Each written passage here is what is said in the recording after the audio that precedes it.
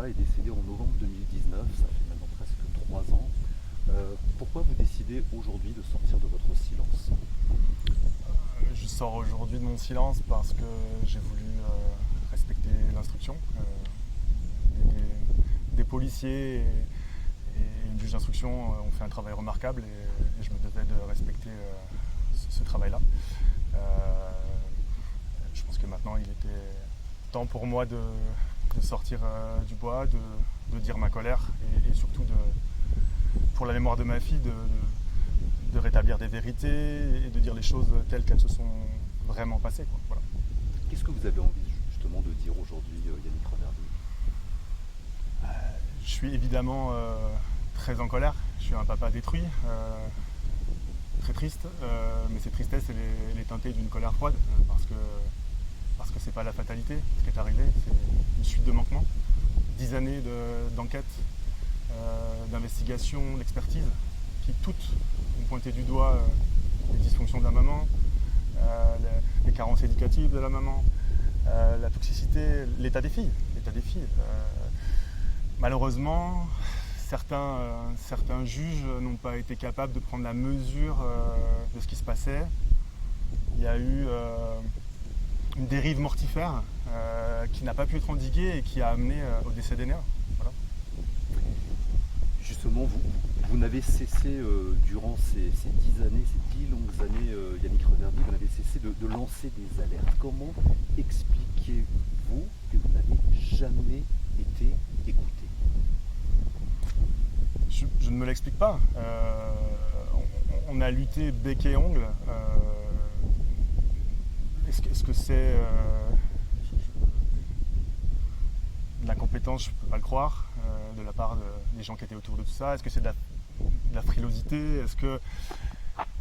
Est-ce que la personnalité de mon ex-femme n'est pas aussi en cause? Parce que c'est quelqu'un qui est une vraie mythomane, une vraie manipulatrice, et qu'elle a réussi à berner tout le monde. Elle a berné tout le monde en utilisant tout. Quand je dis tout, c'est que dès les premières rencontres judiciaires, c'est ce que j'ai dit au premier magistrat, dites-vous bien qu'elle est capable de tout.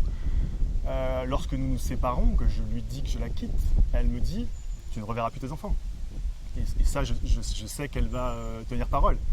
Maintenant, je n'imagine pas que les familles, les amis, les établissements scolaires, la justice ne va pas interférer dans ce travail de SAP, dans ce qu'elle fait de nos enfants, parce qu'elle n'a de cesse de les inclure à cette vendetta, parce que clairement je suis l'homme à battre, au détriment du bon développement d'Enea et Louane, quoi.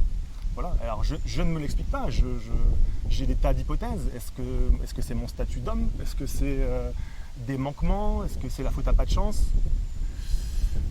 Moi j'ai tendance à penser que les premières décisions ont été tronquées et que ça déraille d'entrée.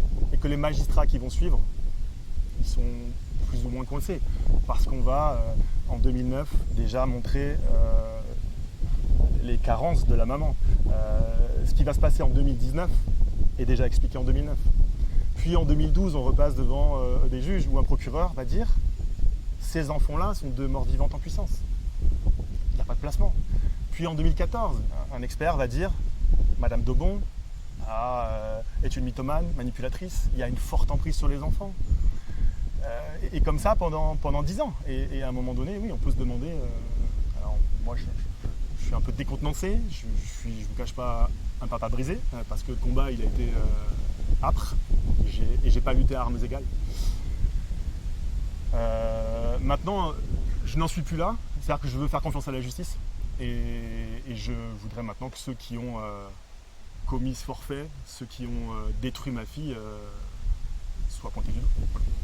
Pour qu'on comprenne bien, il faut rappeler que pendant ces 10 années, à partir du moment où vous avez été donc, séparé de votre ex-femme et jusqu'au décès d'Enea, vous n'avez jamais pu voir, ou très peu, vos filles. Vous n'avez pas pu entretenir de lien avec elles, c'est bien ça? Les premières années, si. Mais d'emblée, on a une garde, le mot que j'ai utilisé précédemment, tronquée. C'est-à-dire qu'il n'y a aucune raison que je n'ai pas une garde classique. Et on m'octroie une garde totalement archaïque qui peut mettre dans la tête des filles déjà, si besoin en était, compte tenu du travail déjà de SAP que faisait la maman, que potentiellement, si on ne va pas chez papa aussi librement que chez maman, c'est que papa il est peut-être responsable de quelque chose. Ça c'est insupportable d'entrée. Je vais vous donner une anecdote. Lors de l'une de nos premières rencontres judiciaires, je rentre dans le bureau du JAF. Il ne me parle pas, il me regarde de pied en cap et il dit « Ah ouais, d'accord ». Déjà là, le sort de mes enfants et mon sort est scellé. C'est-à-dire qu'on n'est pas jugé sur les pièces, on est jugé sur une apparence, on est jugé sur, sur ce que Madame Daubon va raconter au départ. C'est-à-dire qu'elle va me salir d'emblée. Voilà. Et on ne part pas sur les bonnes bases d'emblée. Voilà. Aujourd'hui, vous souhaitez vous exprimer en mémoire de votre fille. Justement, parlez-nous un petit peu d'Enea. Qui était cette jeune fille, votre fille? C'était une petite poulette pleine de vie, très sensible. C'est d'ailleurs pour ça que je pense que mon ex-femme a jeté son dévolu sur elle, parce qu'elle était véritablement prise dans un conflit de loyauté. C'était une gamine en or, qui a été brisée, qui a été broyée, quoi. On a joué sur la corde sensible, c'est-à-dire que je l'ai entendu dire devant une assistante sociale, alors qu'on lui posait la question de savoir chez qui mes deux filles voulaient aller. On ne peut pas aller chez papa parce que maman va se suicider. Donc elle a été mise dans l'inquiétude en permanence dès notre séparation, en fait. Elle a été tout de suite mise sous le joug de sa maman. Et sa personnalité a disparu, en fait. Si vous voulez, de cette petite fille espiègle, pleine de vie, sensible, heureuse, elle s'est peu à peu étiolée, éteinte, petit à petit. Alors, c'est vrai qu'au début, j'ai mis ça sur des maltraitances psychiques, on va dire. Puis par la suite, le dossier d'instruction montrera aussi qu'il y avait une soumission chimique et que ce côté je m'étiole, il n'est pas que physique, il est chimique. Voilà. Yannick Reverdy, quelle est votre intime conviction? Est-ce que votre ex-femme, la maman d'Enea, a-t-elle prémédité la mort de votre fille d'après vous? Votre intime conviction, quelle est-elle? Je n'ai aucun doute là-dessus. À la lecture du dossier, ce que je ressens moi en mon fort intérieur, ce que j'ai vécu pendant 10 ans, et à la lecture du dossier d'instruction, je n'ai aucun doute. J'exclus totalement le suicide. Et elle a prémédité son acte, son forfait, et elle est intervenue. Elle est intervenue parce que je pense qu'Enea était en train de s'émanciper. Je pense sincèrement qu'elle était en âge et elle avait un caractère assez trempé. Elle a pu menacer sa maman de dévoiler tout ce qui s'était passé pendant une décennie. Et je n'ai aucun doute sur le fait que Maëlys Daubon est responsable de la mort de ma fille. Yannick Reverdy, bon, vous l'avez précisé, il y a une instruction qui est en cours.